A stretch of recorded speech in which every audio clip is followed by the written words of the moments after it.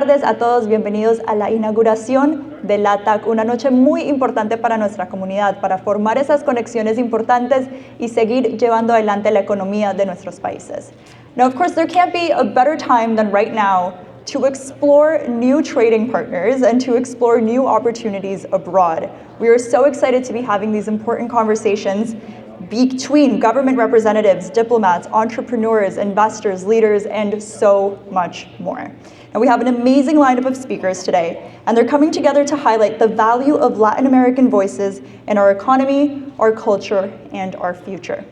To give you a little bit background about myself, I am a journalist here in Canada. I am the host of Soccer on TSN, so if you follow Toronto FC, Vancouver Whitecaps, or Team Canada, I will see you there. It's obviously something that I'm very proud of, very passionate about, and it's one of the passions that join us as Latin Americans. We're going to hear about the opportunities, innovation, identity, and of course connection within our community, because that is what LATAC is all about. We are so grateful to have you here. We think that this is going to be an incredible opportunity, day one, to start learning about those opportunities across Latin America.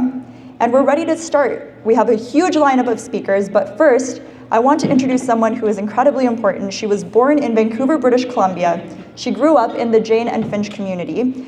She's originally from Nicanagua, which is the present-day Nicaragua. She is of Indigenous, European, African, and East Asian ancestry and identifies as a detribalized Indigenous woman and Latina. So before we get into the programming, she's going to be leading us through the land acknowledgement. So please welcome Muriel Françoise López Silva.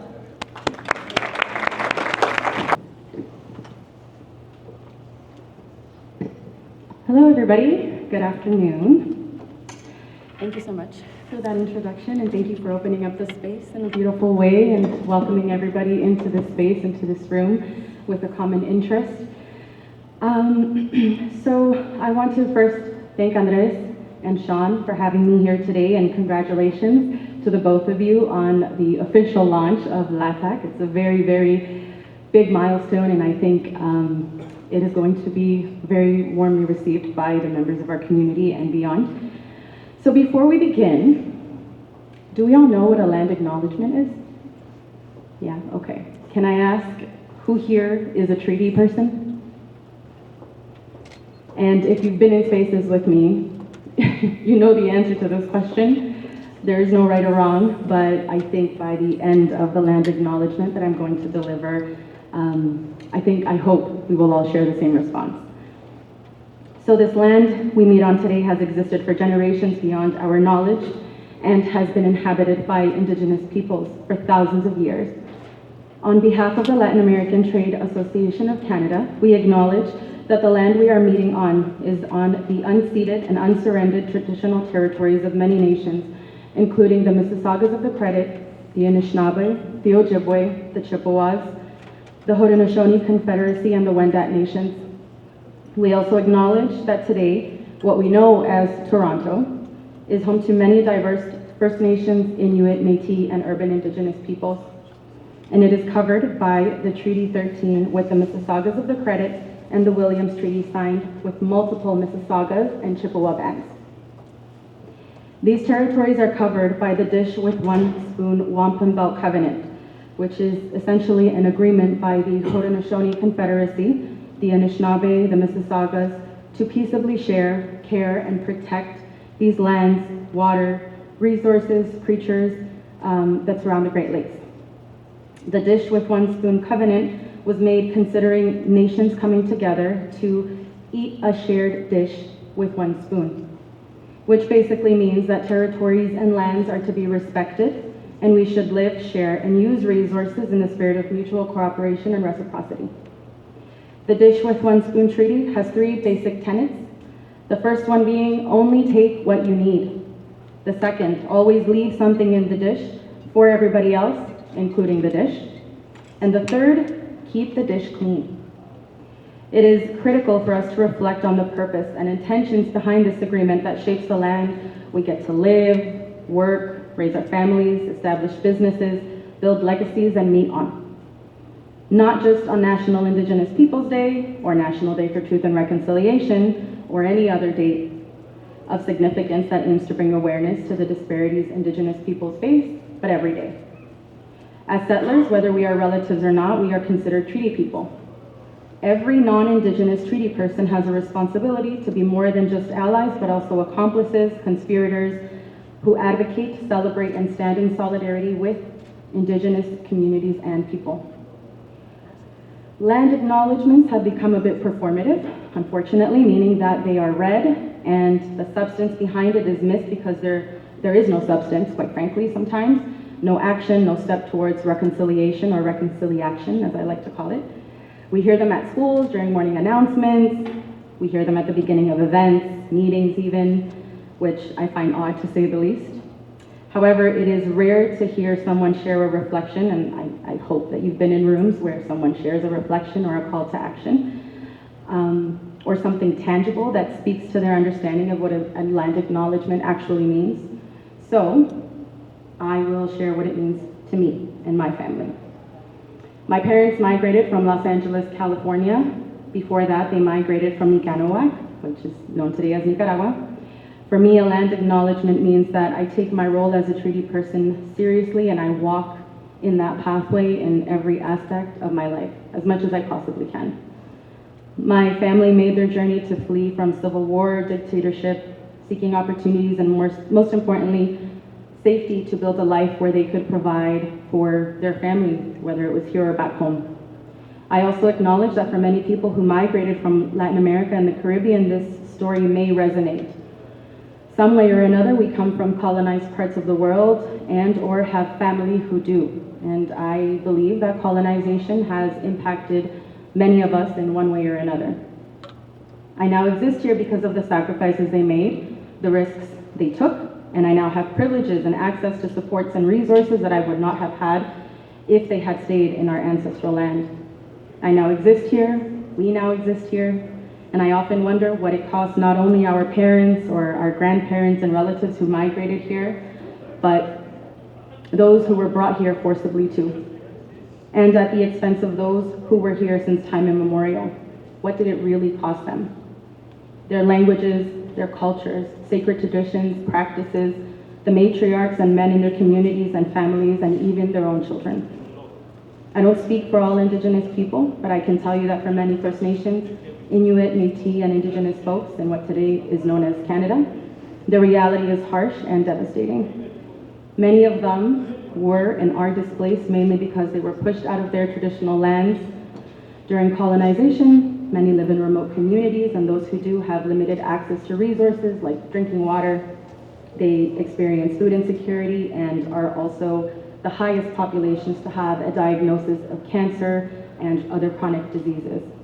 Many live in third world conditions, despite this being a first world country. So because of these privileges that I know I have as a result of colonization, I have access, we have access, to many possibilities and benefits that the original people of this land, Indigenous people, to this day do not. Which doesn't make sense to me, and yet it's the truth. So I urge you to do your own learning and think about these very minimal and surface level pieces of information that I have just shared with you, and I encourage you to take the time to think about what you can do as a treaty person who honors and appreciates what it means when we speak or are in the presence of a land acknowledgement and beyond. One of the ways in which I work with and for the community is by advising and consulting on gatherings and businesses and organizations that businesses and organizations put on. So I bring forward a call to action for them too.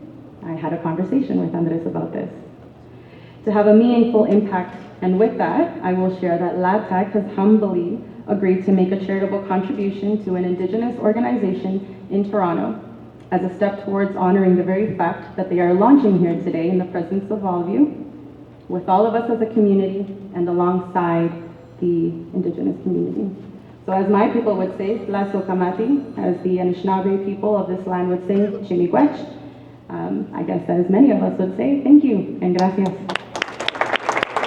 So coming up next is actually María. So she's the Director of Communications and Outreach for LATAC. She was Notable Professional 25 and Under by Notable Life Canada. She was recognized as the most outstanding individual impact volunteer by Charity Village, and she was just awarded as Emerging Leader 2025 by Women in International Security Canada. And I'm sure we're all here asking ourselves, what is LATAC? How does it work? What is this event all about? And so Maria is going to be giving us all of that information. Put your hands together once again for María Alejandra Guardado.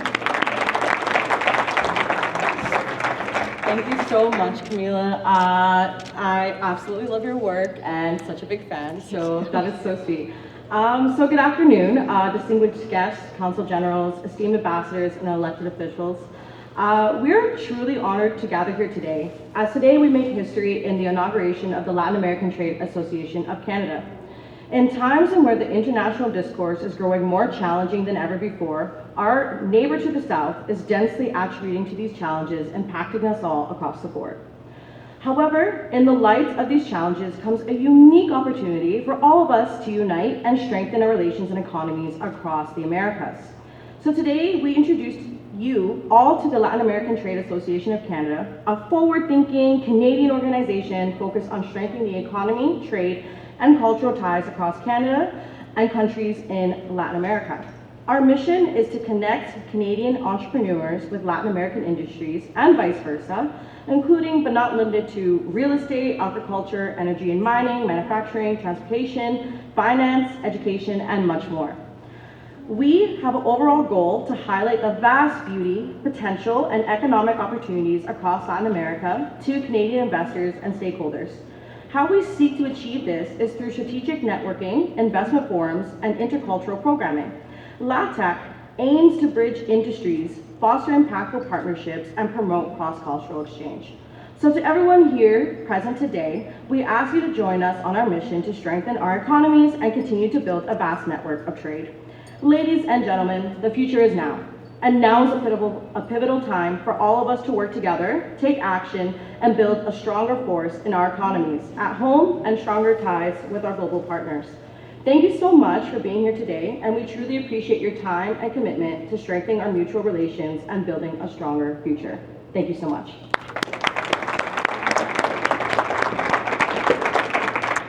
Thank you so much, Maria. And of course, such an exciting day today for our community. As I said, I've been here for 25 years, and growing up, there weren't as many opportunities I find for our community as we see today. And so moments like this, organizations like this are so important. So congratulations, Andres. Congratulations, Sean. Thank you for the entire LATAC team for having us today. Now, we've heard a little bit about what LATAC is, but we're also going to get to dive a little bit deeper into some of those countries and those opportunities that are represented today. Has anyone been to Dominican Republic? I'm very jealous. I hear the beaches are beautiful. We're going to be hearing more about what Dominican Republic has to offer by our next guest. Now, she's a distinguished professional with dual degrees in business administration and law, and she currently serves as the consul of the Dominican Republic in Toronto. She is also the vice president of global business, Globisa, and the marketing director at Carimar.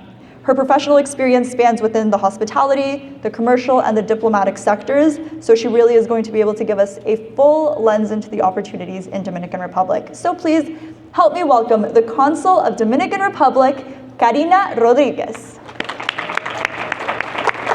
Good afternoon. Mr. Andres Ramirez, Executive Director, and other members of the Latin American Trade Association of Canada, LATC. Honorable authorities, members of the diplomatic corps, business leaders, special guests, and dear friends present in this distinguished auditorium. I sincerely appreciate your kind invitation to the inauguration of this important business and investment promotion forum led by LATAC, a dynamic organization that tirelessly promotes economic, commercial, and cultural cooperation between our Latin American countries and Canada. We look forward to expanding our collaboration with you and encourage our partners to do the same. As Consul General, I would like to share that my country, the Dominican Republic, occupies the eastern part of the island of Hispaniola, with a population of approximately 11 million citizens and a floating population exceeding 12 million people. For over 60 years, we have maintained a stable democracy, continuously strengthening the rule of law, macroeconomic stability, and impressive economic growth rate that ranks the Dominican Republic seventh among the 34 economies of the Americas, according to the International Monetary Fund.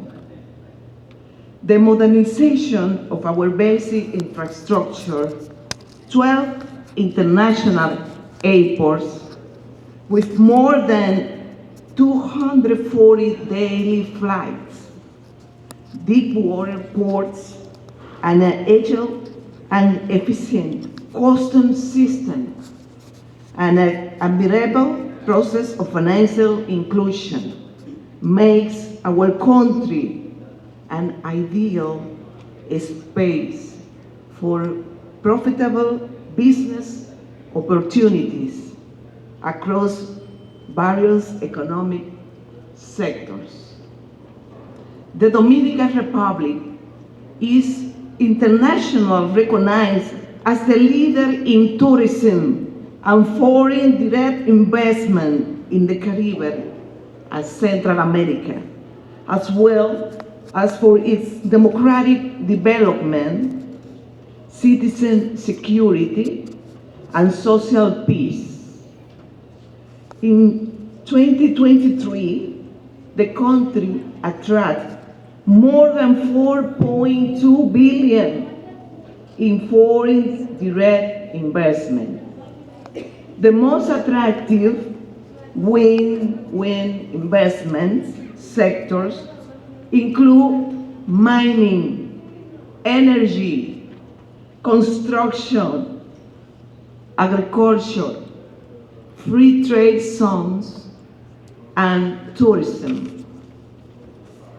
Tax incentive, free capital repatriation, transparency, and efficient business operations made the Dominican Republic an attractive destination, particularly in key areas such as renewable energy, technology, nearshoring, machinery, and equipment assembly.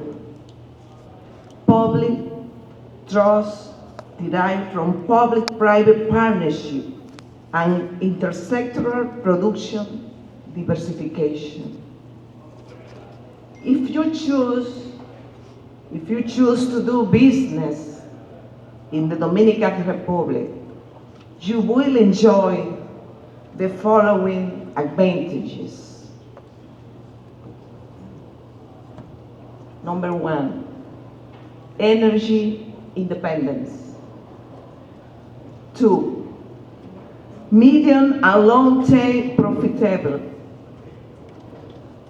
Number 3, continuous technological innovation and highly skilled human resources. 4, environmental sustainability and permanent job creation. After your business meeting, you can indulge in our rich gastronomy, move to the rhythm of our infectious folkloric music, and take a refreshing dip in the warm waters of our stunning beaches. Welcome to the Dominican Republic. Bienvenido. Gracias. That was great. We're going to be hearing from more speakers shortly, but I did get ahead of myself a few minutes ago, and so we're going to go back to another country that I dream of visiting, Egypt. Our next guest is born in Alexandria, Egypt. Again, immigrated to Canada in 1995, and he brings an important official statement on behalf of the Ontario government. So now, for real, please help me welcome MPP Sheref Sabawy. Hello everyone, good afternoon. I have the pleasure to be here today to join this group, the Latin America LATC, in encouraging more trade between Canada and the great countries in Latin America. And I don't think the timing would be much more suitable than now, when Canada is looking for partners other than the US. So I think we have a great opportunity as Canadians, and Latin countries have a good opportunity to have a welcoming North American partner like Canada, with all the diversity it brings in. Canada diversity is actually a strength to the country, because we have Canadians belong to different roots everywhere in the world, and they can be the bridge, they can be the connection.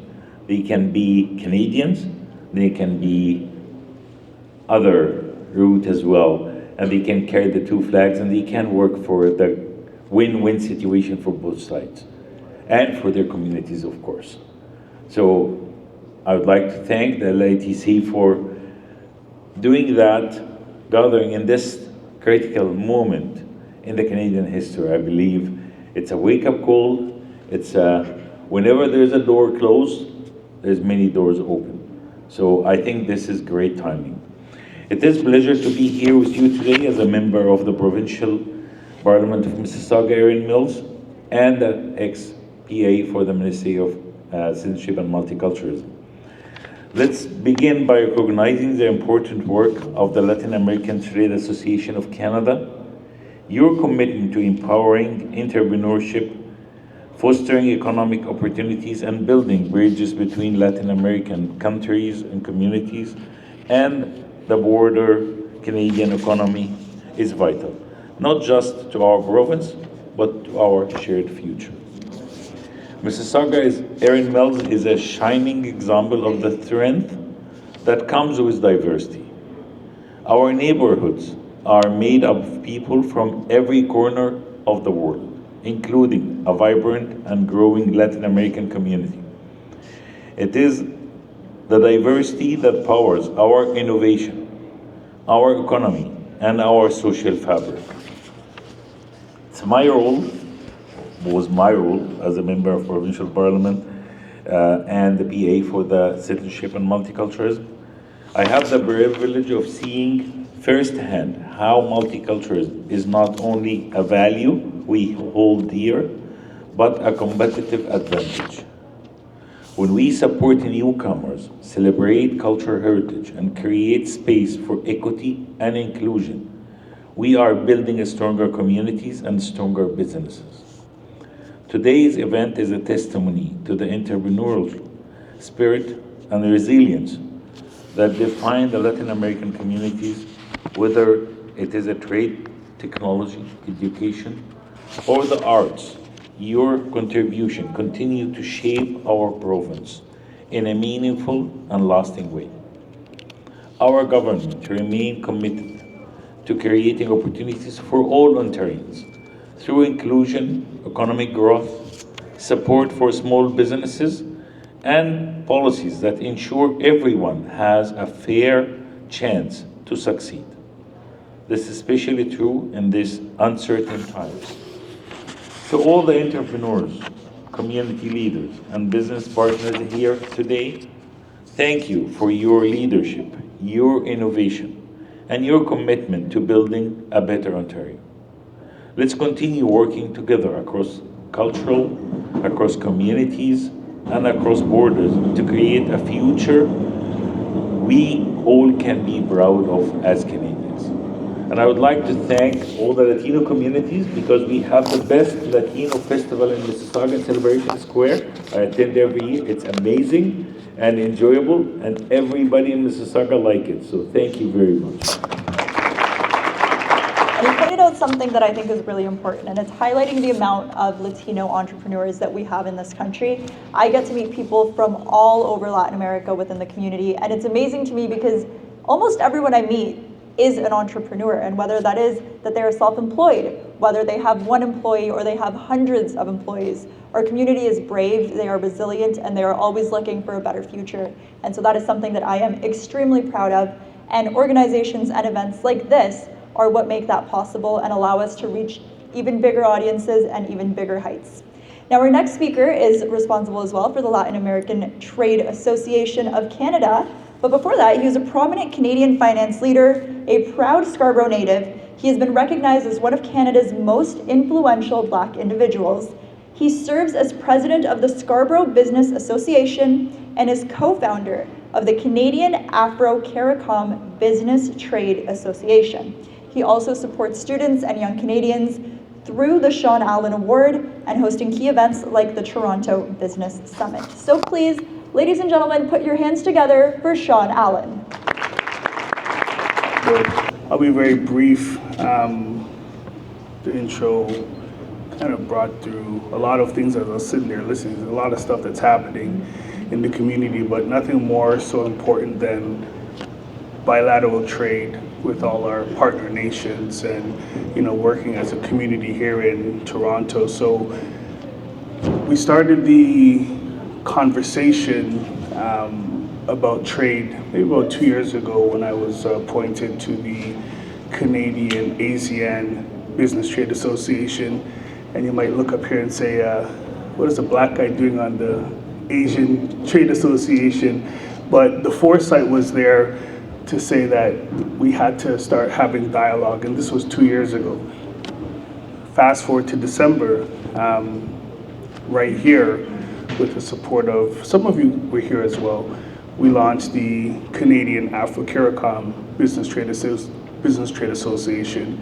And then Andreas came to that event, and we had conversations about expanding the reach into the Latin American diaspora and try to figure out how we could do the same, because the challenges that Andreas was having with the community were the same challenges that I was having with the African and Caribbean community, more importantly the Caribbean community, for the simple fact that there was no one there to take the torch. So just to see the amount of young people in the room, you know, leading the discussion, I think we have to give ourselves a round of applause for, you know, taking the torch and really trying to push the narrative forward and being ahead of the curve, because these conversations didn't happen yesterday. It didn't happen when Trump came into office. These were conversations that we're having for the past 2 years. So thank you for that. And some of the things we wanted to talk about just on a high level, just because I don't want to go over time, economic growth, resource synergy, regional integration, currency exchange, and geographical and geopolitical advantages. Canada is an amazing place. We have a mosaic of people, a mosaic of cultures, and from here we can launch into international trade. So thank you guys for coming out tonight, and I look forward to seeing you guys later. Thank you.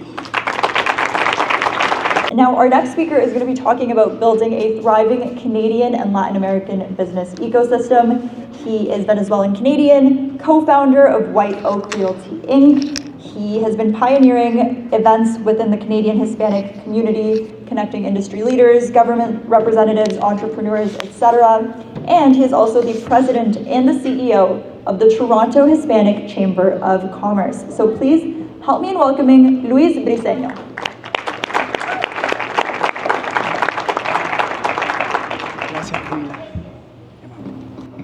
Thank you so much, Camila, for that charming introduction. Good afternoon, everyone. It is an honor to stand before you on this special occasion, the inauguration of the Latin American Trade Association of Canada, LATAC.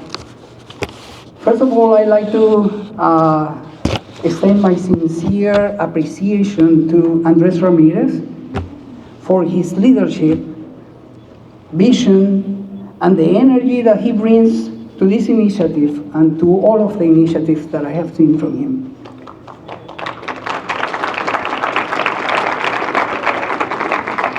Andres, you are building something very important. And I salute you in the name of the Toronto Hispanic Chamber of Commerce for your commitment to strengthening economic and cultural ties between Canada and Latin America. Thank you. I also want to acknowledge the distinguished guests here today, government officials, general counsels, business leaders, and professionals who share the belief that trade is not just about numbers. It is about people. It is about economic development. It is about sustainability, quality life, or quality of life, relationships, and overall, it is about in building a better future for the humanity and therefore for ourselves, the Hispanic community in Canada. We meet at a pivotal time in a global trade. The tariff war between the United States and its commercial allies is reshaping the economic dynamics as we know it. As protectionist policies disrupt supply chains, business around the world are looking for stability, new markets, and for trusted partners. This is a crucial moment. This moment represents a unique opportunity for Canada and Latin America to step up as economic allies. While challenges exist, we must recognize that opportunities are greater than ever. We are not just reaching to a shifting landscape. We have the chance to lead, innovate, and build a new commercial framework that benefits our businesses, our community, the Canadian Latin American community, and the future generations to come. Our Latino community in Canada is a vast landscape of talented individuals, innovators, specialists, entrepreneurs, artists, dreamers, and high achievers. Yet, one might say it is taking us a little bit too long to reach out our full potential when we strive to work as one. So imagine what we could achieve. Imagine what we could achieve if we worked together to create direct connections between investors, industries, and policymakers. Imagine what we could achieve if we built a framework that extends our current scope into new and unimaginable frontiers of collaboration. Imagine what we could achieve if we develop knowledge-sharing platforms that prepare professionals for a globally competitive economy. Imagine Latino entrepreneurs standing on a global stage, not as competitors, but as partners, as providers, as clients, as employers and employees, knowing that they can rely on our community's economy, fueling each other's growth. So imagine what you can achieve. These are the possibilities that some other communities already have here in GTA, in Canada. And we as the Latin American community, we can only see from outside. But these possibilities, we can build them together. We can shape them into a reality. So I'd like to invite you all, entrepreneurs, investors, policymakers, to dream and to dream bigger, border and beyond borders. The opportunities are there. Today, the global economy demands from us. LATAC is taking its first steps. The Toronto Hispanic Chamber of Commerce is here to walk alongside with it. And all of us have a role to play. One of the most important roles that we have to play is defining what comes next.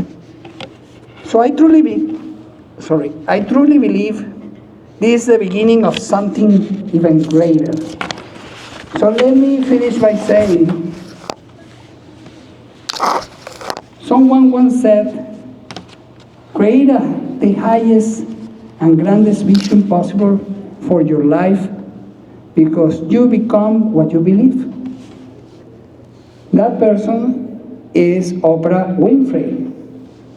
So as a community member, I would like to ask you as part of our community, let us create the highest, grandest vision of ourselves as we shall become what we believe. Imagine what we could achieve. Then, let's make it happen together. Thank you so much. Congratulations.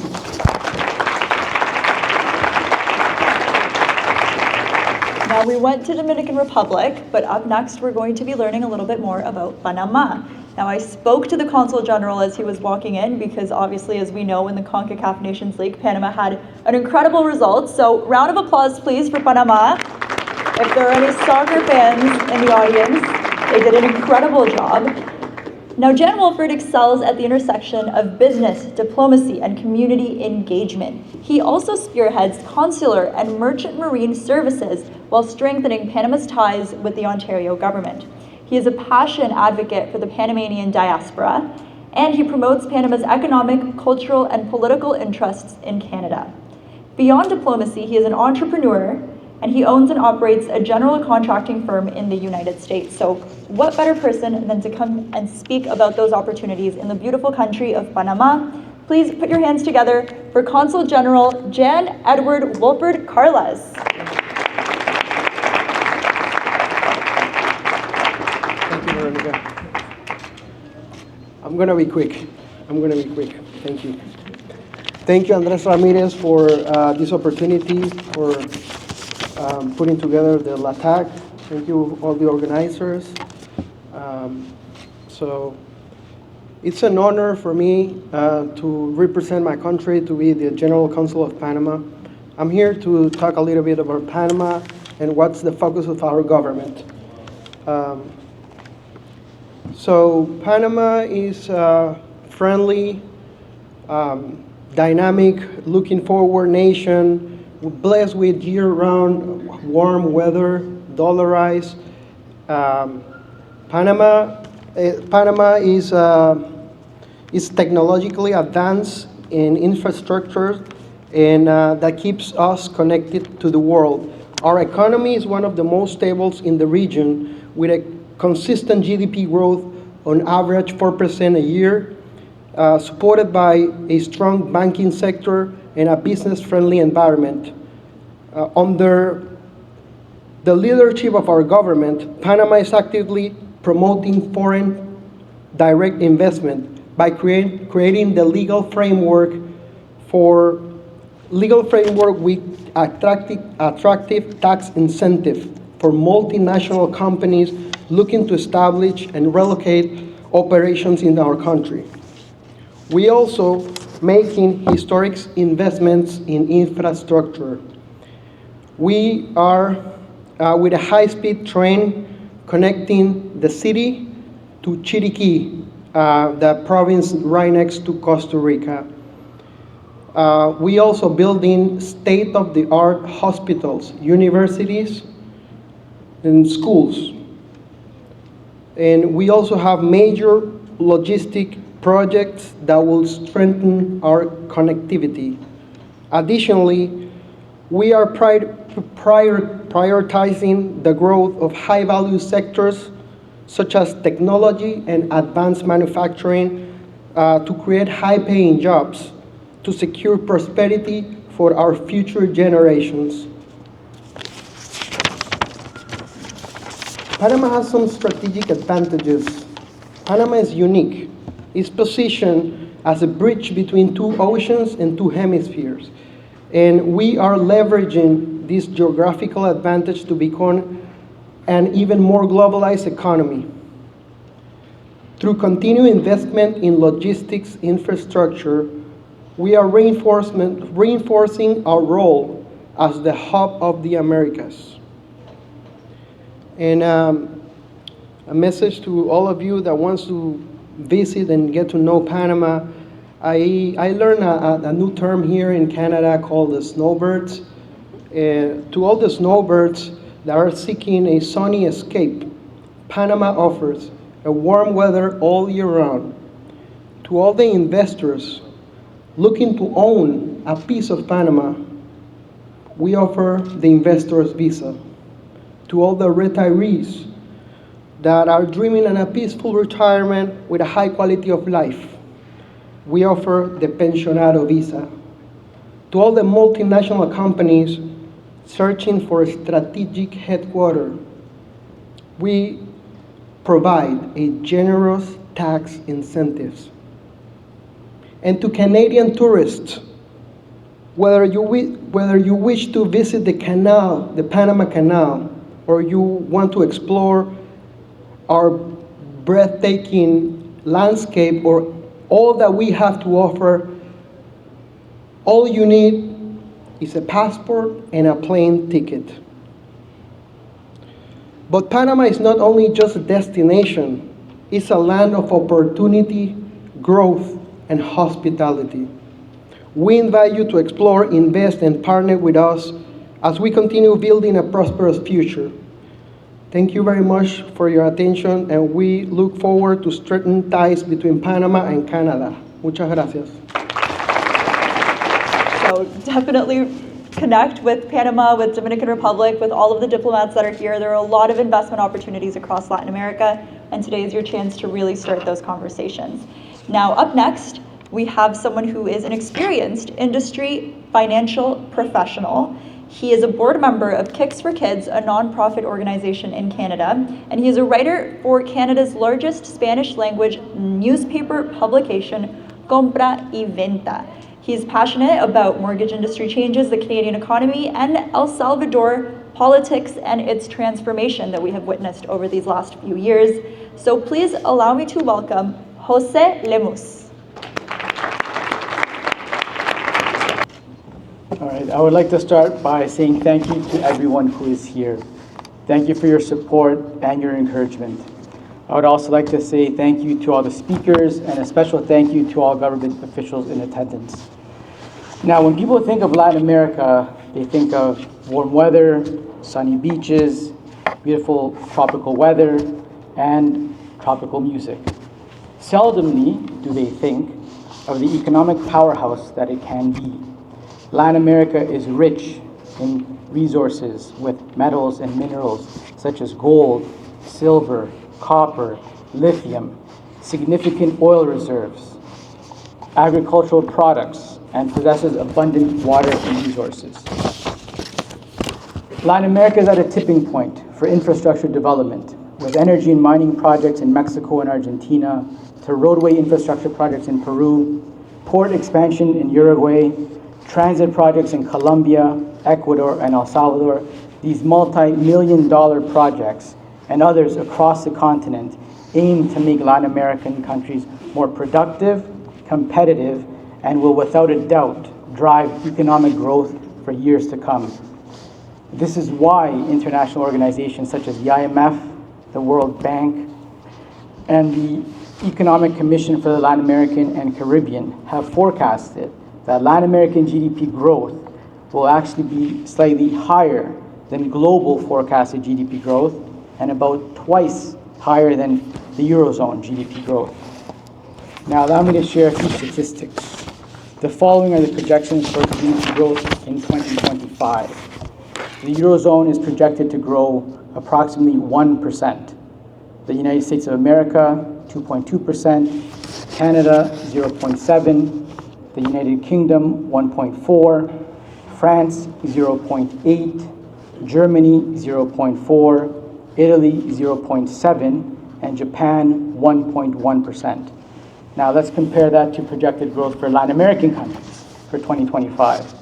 Dominican Republic 4.6%, Argentina 4.3%, Paraguay 3.9%, Costa Rica 3.8%, Panama 3.1%, El Salvador 3%, and Peru 2.7%. By the way, the first group of countries I mentioned were part of the G7. And you may have noticed that none of the G7 countries have higher projected GDP growth than any of the Latin American countries I mentioned before. The reality today is that we are living in a very uncertain world. And with uncertainty comes a degree of fear. As we all navigate this economic environment sprinkled with geopolitical uncertainty, I want to share with everyone a famous phrase. An investment in knowledge pays the best interest. Trade agreements that have been in place for decades are more fragile than ever before. Global trade as we knew it, or as we know it, is shifting. Just as countries shift their trade partners, business people will also shift their optics, seeking new opportunities. As the name suggests, LATAC is an organization that will focus on presenting business opportunities to Canadians. Currently, business opportunities exist in sectors such as tourism, technology, infrastructure, banking, manufacturing, and real estate, just to name a few. Now, I would like to take the time to share with you another interesting statistic. One of the most popular developing nations has a GDP valued over $4 trillion and has a population of 1.5 billion people. Latin America has a combined GDP twice that and half the population. Now think about that for a second. Twice the GDP and half the population. Increased productivity, skilled workforce, pro-business policies, improved political climates. The appetite for business is only increasing in Latin America. Now, it may seem unfair to compare one country to an entire continent and subcontinent technically, but I look at it this way. Would you rather have one customer or multiple customers? Portfolio diversification is key in times of uncertainty. I don't think you need a reminder of what can happen if you depend on one trade partner for too long without diversifying. Just as countries all over the world are evolving, there's no greater concentration of emerging economies than in Latin America.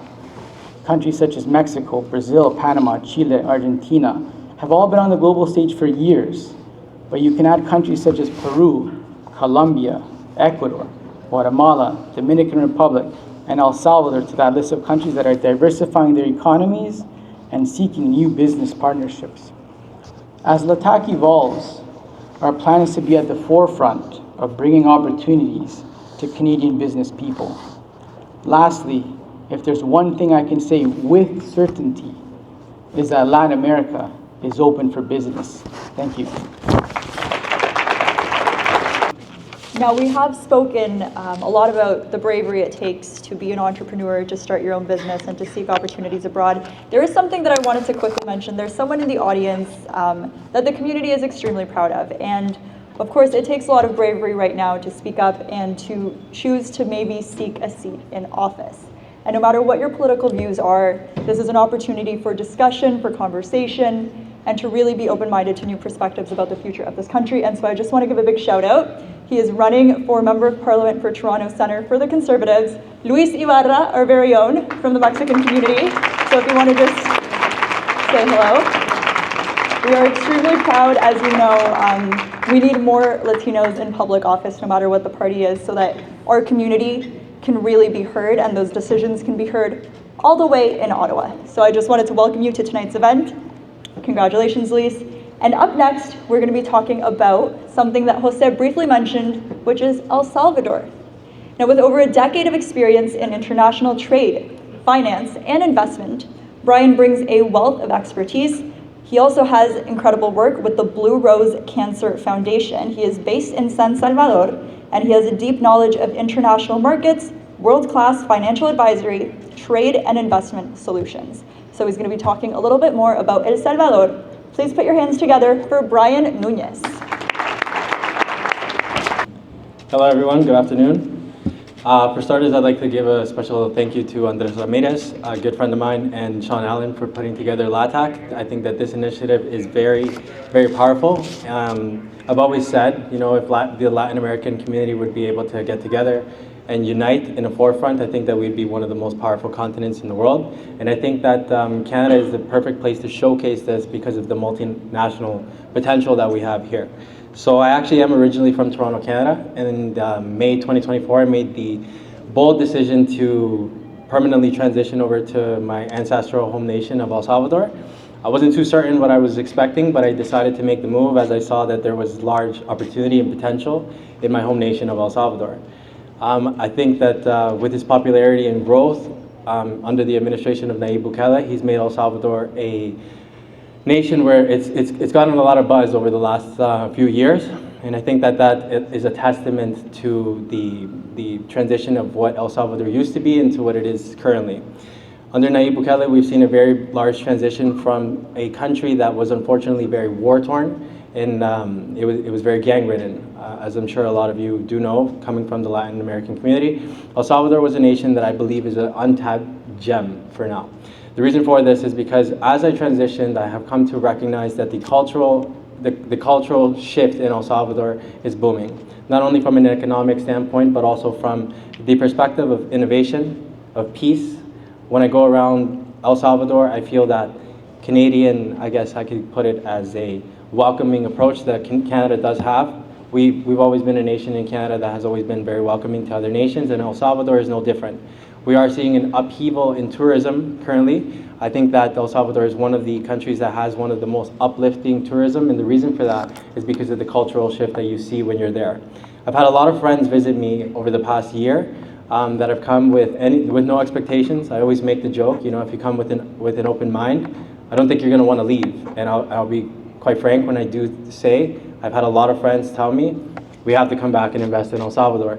The reason for this is not only from a potential return on investment, which is very, very strong. I actually work in commercial finance, so I have had the opportunity to work with a lot of the infrastructure projects there, not only from a government standpoint, but also from a private sector as well. We're seeing infrastructure development from roads, we're currently building a stadium, a large infrastructure stadium in the country. We're seeing surf academies currently. I'm involved in some projects from the financial scope, from celebrity appearances here that are actually looking to invest in El Salvador. We're also in discussions to develop a medical tourism center. As you all know, there is a very big ambition in Central America, and currently we are modeling after something similar to the Middle East.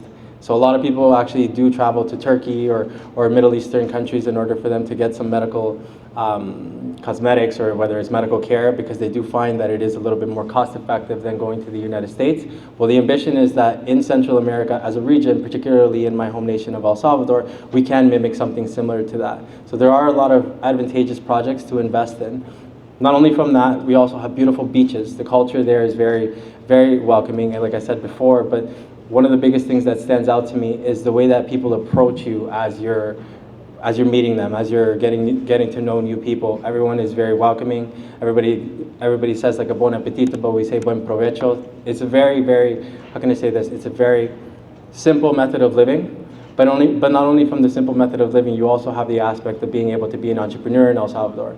As it is an untapped gem, like I mentioned, there is a lot of potential for you to invest early onset. Right now, for example, the real estate segment is one of the largest markets that I've seen in my day. I worked in financial institutions here for 10 years, and I can tell you that the Canadian real estate market was something that we're all familiar with, regardless of your culture, ethnicity, or any ideology. I think that Canadians are very strong in the aspect of real estate. El Salvador is a market that I have recognized that there is a large potential, not only from a land development standpoint or an Airbnb market, for example. It's something that we are seeing an upshift in return on investment. When you invest in El Salvador, you're investing in your future. One thing that makes El Salvador very strong actually in the Latin American community is that they currently have the US dollar as a currency alongside Bitcoin. So I actually have the privilege and the opportunity to work with a lot of investors coming in from Europe. We have a lot of traction coming in from the United States. We have a community of, we deem them hermanos lejanos, which are, you could call it foregone brothers, which are Salvadorans that unfortunately due to all the gang violence or all the war violence, they had to immigrate, which gave us the opportunity as second generation or third generation individuals, Salvadoreños, to study abroad, take those tactical skills, and now under the administration of Nayib Bukele, we've all actually started to return. What does that mean for El Salvador? That means that we are seeing a very large technological shift with medical shift. We're seeing an infrastructure shift, and it's because we have the opportunity to work with individuals that have worked alongside other nations.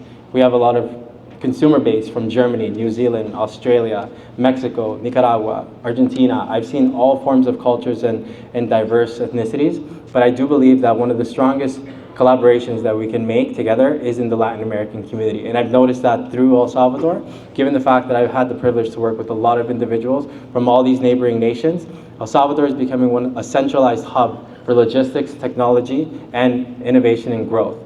So I welcome you all to come visit El Salvador. We have some of the most beautiful beaches. We have tax incentives for foreigners, and foreign income is actually tax-free. There are stipulations to this as well, but there is a large potential. If you are a remote worker like myself, I made the transition to El Salvador, and I will tell you, it's something that I can proudly say I won't be looking back. So this is the time to invest in El Salvador, invest in Latin America. It doesn't matter if you're North American, European, or if you're Latin American. Right now, there's a very, very strong push in Central America and Latin America as a whole. Thank you so much. Now, up next, our next speaker, if you can think of anyone in the world, he probably knows him.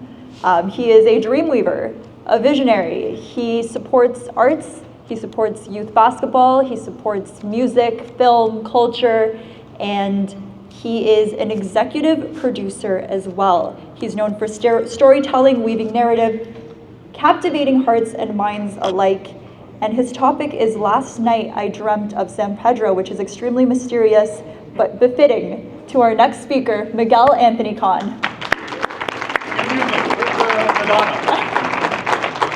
I'll sing next time. Hey Camila, how are you? How about Camila Gonzalez, ladies and gentlemen? Isn't she amazing? I've known Camila a long time. I've watched you, whether you're the face of South St. Clair, or sitting down with the Prime Minister, or with the soccer players. You just do it with such poise and elegance, and I just want to give you your flowers, because you're amazing. And in the spirit of giving flowers, Andreas, man, this is amazing, bro. And I just want to say to you, congratulations. Your heart, your passion, what you're doing here is amazing. And so I just want everyone to give a round of applause to Andreas. And shout out T.Cam for getting my good side, always. Amazing photographer. Sorry, I love giving people their flowers. I think it's huge, and any moment I can get to honor someone, and I love to do that. And so yeah, my name is Miguel Anthony Khan, and everyone always asks, Miguel, where are you from? And what's your background, what's your nationality? I'm a little bit mixed up. My parents are from Trinidad and Tobago, beautiful little island, grew up in Scarborough, raised by 2 Nicaraguan families. And that's the beauty of Toronto, right? So I am in the arts and entertainment industry. I've been working in the music and film and TV industry for quite some years. And it's taken me all over the world, all over Central America, South America, the Caribbean, now India, which is kind of crazy and random, but some stuff happening over there. And it's amazing. And I identify, people always say, you know, I identify as a human of Earth with a heart full of love and compassion for all. Problem with me is wherever I go, I fall in love. So if I go to this island, I'm like, oh, I want to buy here, I want to do something here, and I just connect and I relate immediately with people's core values wherever I go. Recently, my travels took me to Belize. Last night I dreamt of San Pedro. And I've never been to Belize, never knew anything about Belize other than working with a Belizean artist here named Skies. And I fell in love. It was amazing, it was beautiful. So I put my money where my mouth is, bought some land in Belize. Immediately after that, I got quickly thrust into the Belize Tourism Board, working with them, putting on festivals, hosting festivals, bringing international soca artists, bringing in OVO artists like Roy Woods most recently, and now just bringing all kinds of people to see the beauty of Belize. I could stand up here and tell you all kinds of stories of stats and everything like that, but I'm not an official for Belize. I'm just a guy with a big heart that loves people from all over the world. So I'm just gonna tell you a little bit about my experience and why I connected with Belize so much in particular. I spent a lot of time in Colombia. Oh, Colombia, love that place. Yeah. But en Barranquilla me quedo. Sorry, I had to. I just love Colombia, but I went to Belize and man, there's so much that attracts me. Now, you know, it is the fastest growing tourist destination in the Caribbean. It is situated in Central America. To the north, you got Mexico. South and west, you got Guatemala. East, you got the Caribbean Sea. But here's what fascinated me about Belize. And we could talk about numbers and all that stuff after, and where I bought, and what I'm doing, and what I'm building. We can talk about that after when we network. But for now, let me just tell you this. What I loved about Belize is walking down the street and hearing, yo, wagwan! And then all of a sudden, that same person singing Prince Royce at the festival, si eres gorda flaca no es, both speaking Spanish and Caribbean culture. I'm like, what is this place? It reminded me of me because I grew up in Toronto, Caribbean, but identifying like a lot with Latin culture. And I'm like, these people speak both. They could bust out Spanish and they could bust out the Caribbean swag, and I loved it.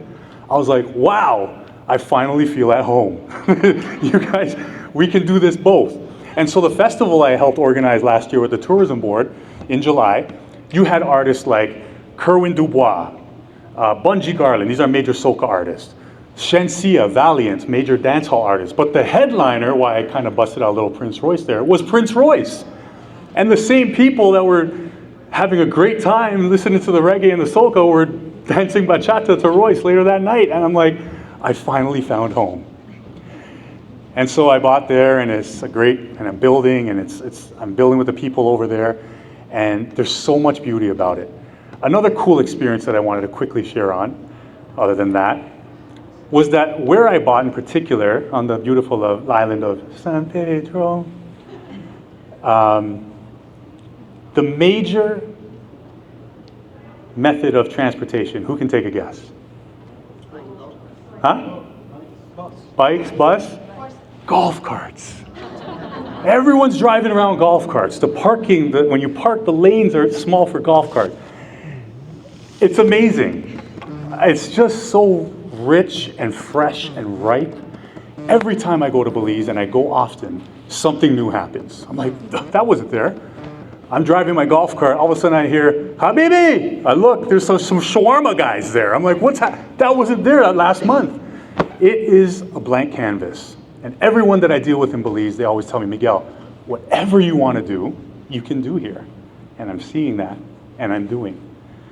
So, it's just beautiful. It's a little touch of paradise.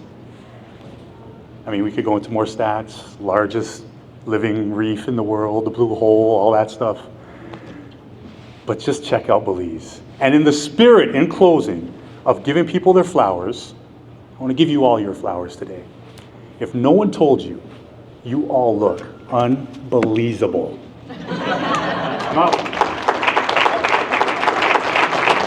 Now up next, we have a topic I am very excited about, retirement. That is something I'm looking forward to. He began his career in the financial industry in 2008. He worked in private family offices. He serves ultra-high net worth individuals in private markets, and he is the partner at Edward Jones Canada for the past 6 years. Now, what's special about people that find success in the mainstream is that he's actually an advocate for the Latin and Hispanic community and finding more representation in the financial sector. He has served with the Toronto Hispanic Chamber of Commerce from 2021 to 2023. He's committed to empowerment, equity, and community involvement, and he's here to talk about this new journey to retirement. So ladies and gentlemen, please help me welcome Herman Venegas.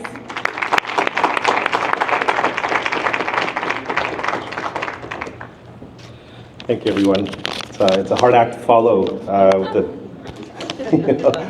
from arts and entertainment and fun to retirement. So I'll see what I can do here. But before I start, I want to thank Andres for taking the initiative of putting this together. I've always been a strong believer in first movers advantage and really, taking that first step always requires a bit of a risk. But you have support from many people here, and you have support from me as well. So I want to talk to you all about retirement, and I'm going to kind of try to spin this a certain way.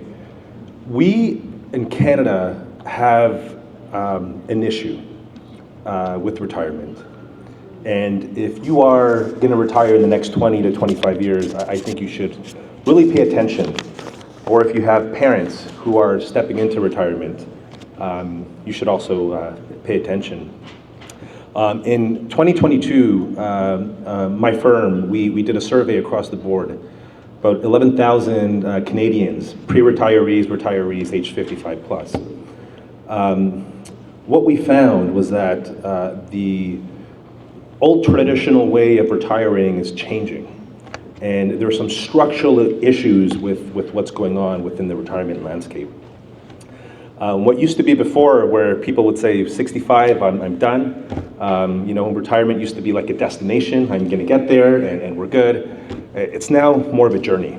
Okay, so I have some slides now. I'm not sure if that's what we want to do. Okay, I guess we'll put the slides up. 5 major forces that are changing the retirement landscape. A little hard to see there, but the first 2, one is greater longevity. So people are living longer, okay? We're seeing people into retirement years well into the 90s, okay? Which wasn't very common before. So there's greater longevity.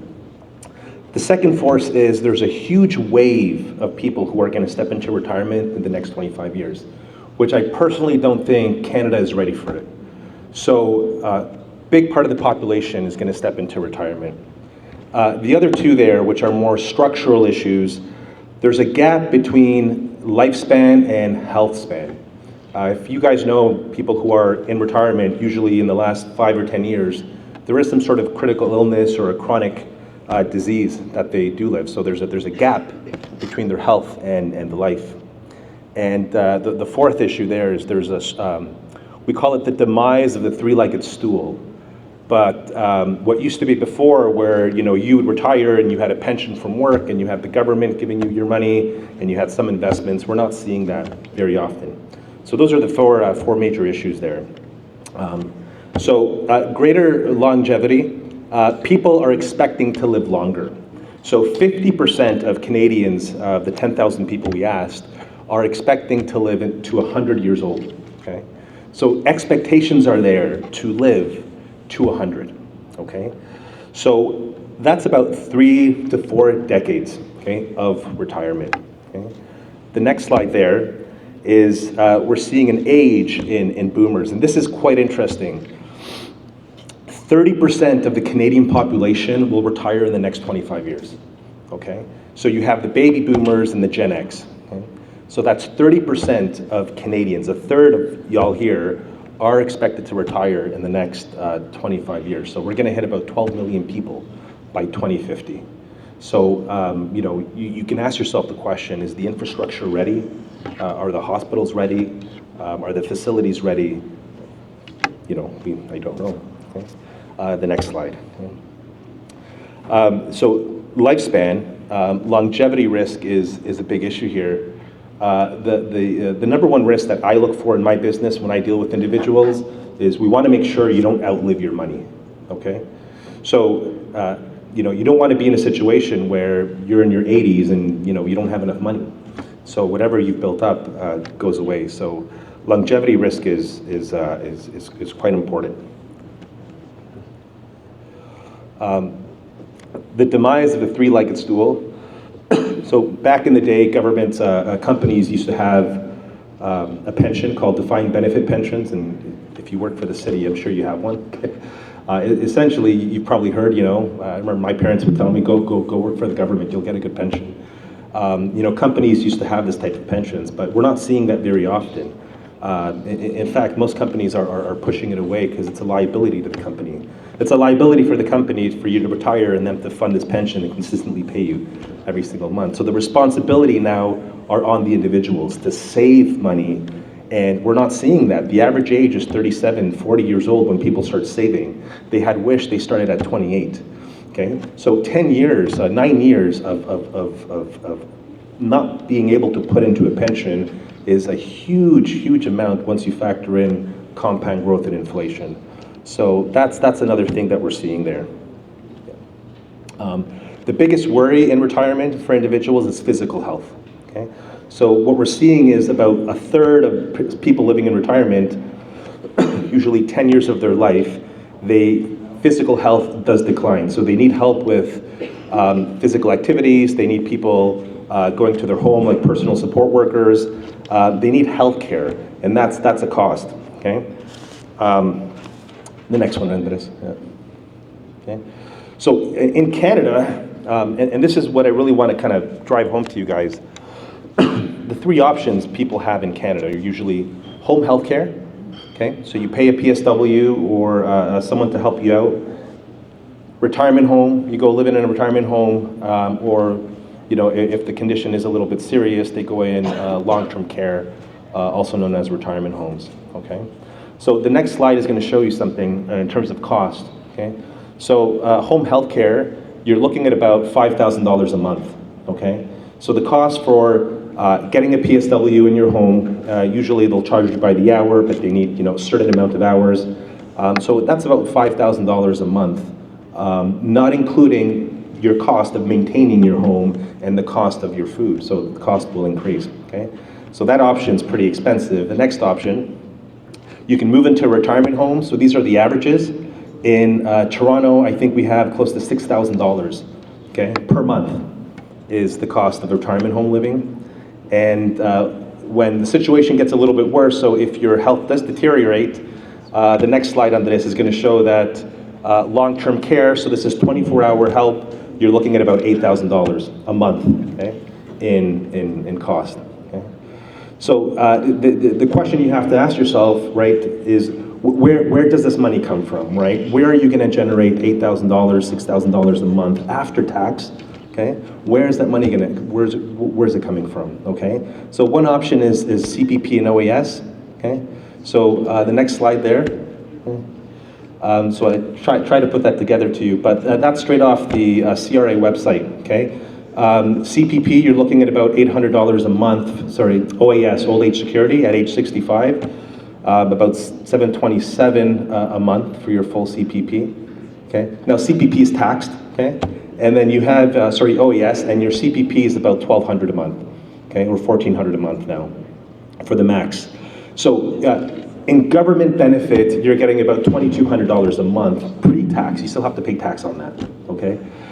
So that's not enough. Here in Canada, it's not enough. You have to find other sources, okay? The next one, if you've worked and you put money in a pension or an RSP, okay, for you to generate $5,000 a month for 25 years, at age 65, you should have about $1.5 million, okay? Liquid assets in your retirement accounts, ready to go, okay? So that's the picture that I really want to paint to everyone here, that retirement for many Canadians is not fundable, okay? So what I'm seeing as a trend, and I'm seeing in my business and a lot of our clients, they are retiring abroad. Okay, so we had an individual here talk about Panama. Panama is actually the top destination for snowbirds. Okay, there's great benefits to retire in Panama. We're seeing individuals in Mexico. We're seeing individuals, we call them snowbirds. So they're becoming snowbirds. So I think this is a huge opportunity. I think in the next 25 years, there's going to be a big wave of Canadians retiring that are not going to have enough money funded to live retirement. So they're going to be looking at destinations in the South to retire. And so that's where, Andres is working on something, I think, there in that space as well. So you can speak to him. But thank you all for your time.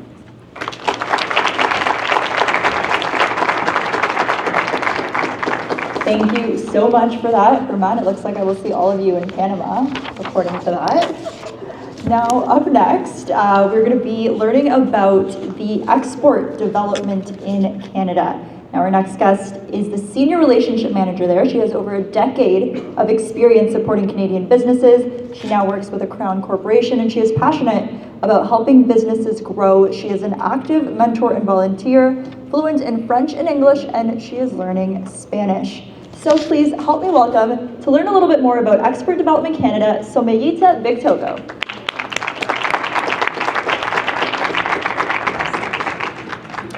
Hi, it's a pleasure to be here, obviously. It's a very interesting year, to say the least. And when Jose was talking about the amazing GDP growth over in Latin America, I was like, okay, you have to be careful before we get another tarifful deficit in GDP growth. So it's been a very interesting year, but it's a very important year. It's a year for us to dare to look at new markets, and that's in a nutshell why EDC was created. So EDC it stands for Export Development Canada, which is a Crown Corporation. Okay, there's no slide. So EDC was created over 80 years ago, and the reason why EDC was created is because we've seen a major gap in the financial industry.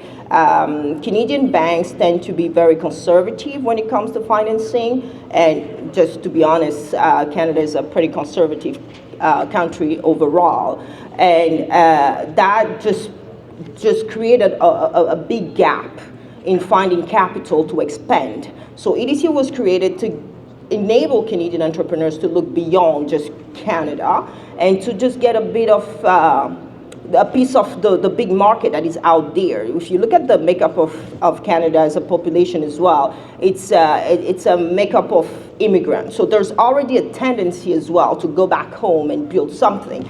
So EDC was created to ensure Canada, no matter where they come from, have the ability and the capital they need to access new markets and get market share, and all that, it's for Canadian benefits. So how do we achieve that? For your reference, EDC has a great network.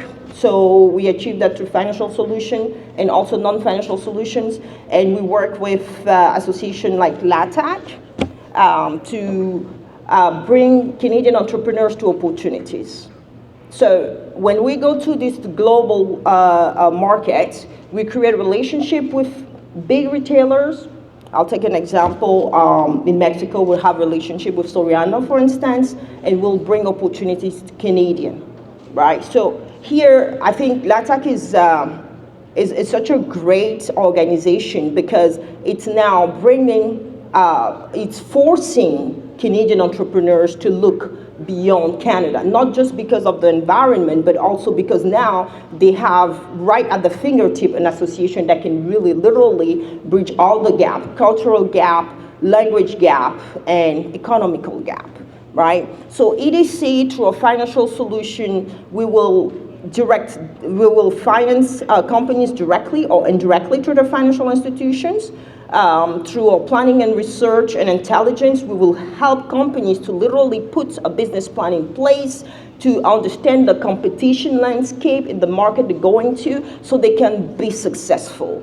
And finally, on our international network, as you can see on the next slide, we have footprints all around the world. So literally, if you were just dreaming about going to Panama, you can just reach out to us and we will tell you what you need to do to get to Panama.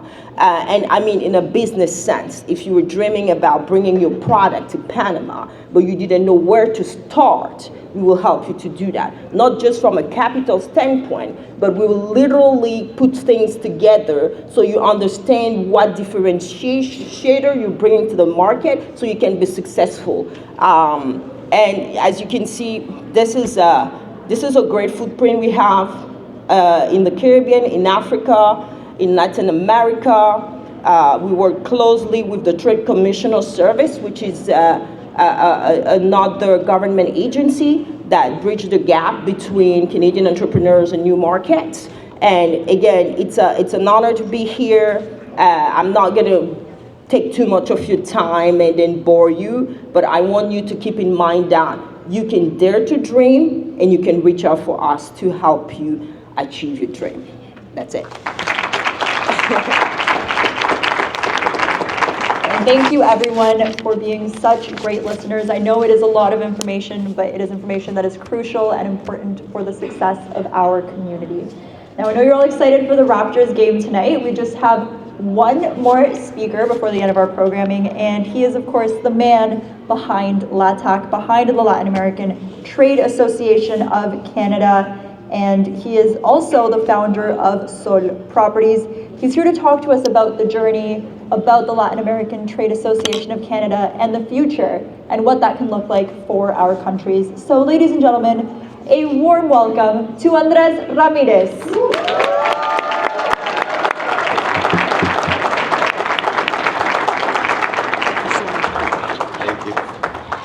All right, guys, last speaker, don't worry, we'll be 5 minutes. Well, I'd say 50% of you know me.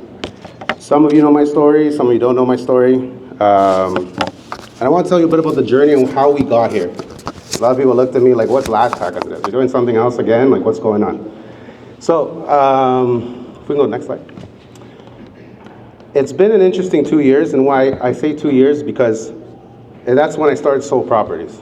And that's when I started traveling a lot and seeing a lot of Latin America.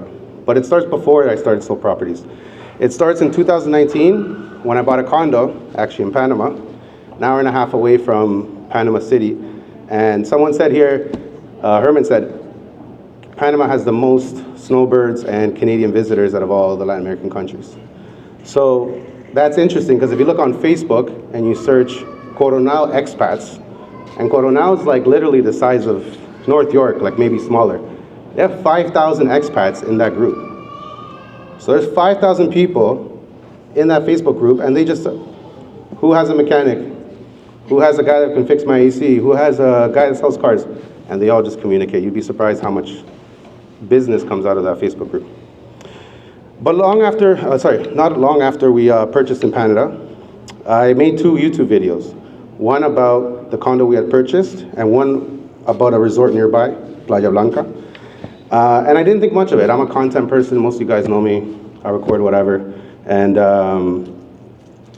I just posted it just to see what happened. And I actually started getting interest from it. So even during the pandemic, when we were allowed, I visited Panama, and I would post. I bought un bulto, which is like 50 oranges for like $2 American, $3 American. I bought an 8-pound, 12-pound fish for $10, and the guy cut it up for us too and everything. And people started asking me, what is it like in Panama? How do I go there? Not everybody obviously purchased or retired yet, but the plan is there to help them out with that. And then for the past 2 years, working full-time as a realtor here in Canada, I've been building Sol Properties. And I'm proud to say it's been incredible. As you can see from all the pictures we'll be showing you, that has been quite the journey. We sponsored many events and hosted 7 amazing gatherings. Gatherings from seminars to mansion mixers, and in January, we hit a milestone. We hosted our first international event in El Salvador. So that cowboy you see back there, he was one of them, Danny, that helped me out of that, and Dave Castillo, I'm not sure where you are, but you're somewhere here. He's over here. He works for Cooperators. And I said, guys, they're coming to El Salvador, why don't we make the best out of it and do an event? We hosted 50 entrepreneurs by the beach. Spent some good money on food, pupusas for everybody, some, beverages. We didn't know if anybody would show up, but we just took a risk. But why? Because we believed in what was happening in El Salvador as well.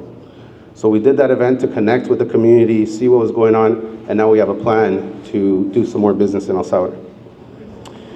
So we were just 3 entrepreneurs taking a risk, doing an event, and we did it because we saw potential. And across Latin America, you can feel the energy, the drive, the growth. The world might still be catching up, but we've seen firsthand what's happening on the ground. While some only see what's on Netflix or on the news, there's another story. One of innovation, culture, and opportunity. And that's what brings us here today. I'm thrilled to officially announce and introduce LATAC, the Latin American Trade Association of Canada. And through Soul Properties, we've seen how the real estate is booming, but we realize it's so much more than that. It's not just real estate.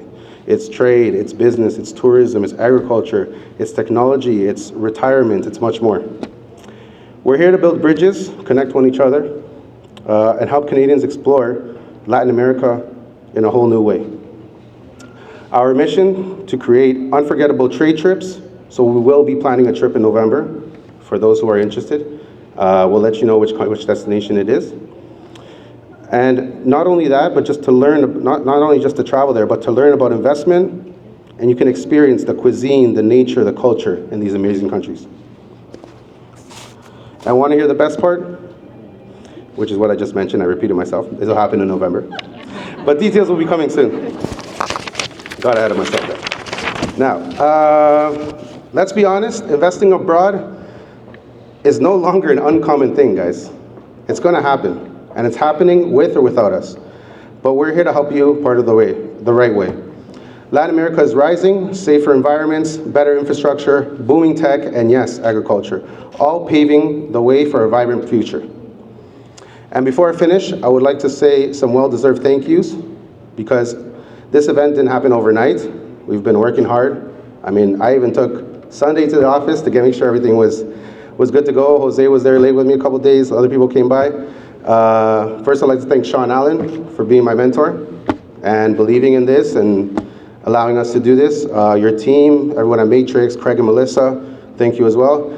María, Muriel, thank you so much for always being my support and anything I need. Nora and Jenny, thank you so much. You guys help a lot as well. Our wonderful host, Camila Gonzalez, you set the tone, and thank you so much for doing that as well. And guys, there's still some free food over there from Bujio Taste, so feel free to grab something before you leave.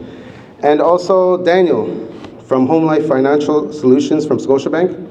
Thank you so much for believing in this, and we really appreciate your kind gesture. So the journey is more than just business. It's about breaking barriers, creating access, and imagining what is possible. So thank you for joining us today, and have a good evening.